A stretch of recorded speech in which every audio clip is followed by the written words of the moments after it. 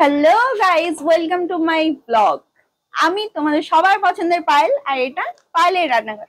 চলো আজকে তোমাদেরকে একটা ট্যুর করে দেখাই, মানে পায়েলের রান্নাঘরে কি কি আছে সেটা। কাম কাম।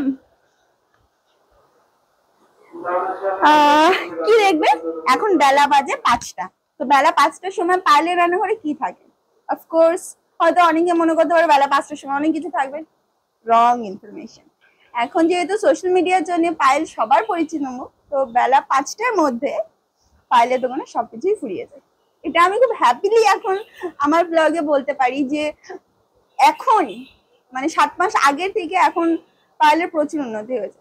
পায়েলের আর কোনো টেনশন নেই। পায়েল হ্যাপিলি সবাইকে দেখাতে পারে যে আমার ভাতের থালা প্রায় শূন্য বললেই চলে, অনেক কিছু নেই। আর আমি এটা খুব খুব খুব খুশি হয়ে দেখাচ্ছি যে আমি যা রান্না করে নিয়ে এসেছি বাড়ি থেকে, আমার ফ্যামিলি আমাকে যা তৈরি করে দিয়েছে, আমার মা যা রান্না করে দিয়েছে, তার কম বেশি সবই উঠে যায় জাস্ট এটা সোশ্যাল মিডিয়ার জন্য। নয়তো এত তাড়াতাড়ি পায়েল, তোমাদের পায়েল এত তাড়াতাড়ি পপুলার হতে পারতো না।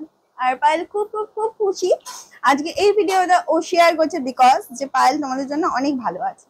তো থ্যাংক ইউ আমার দর্শকরা, যারা যারা আমাকে দেখেছো, যাদের জন্য পায়েল এত এত ভালো আছে, যারা যারা এসছেন।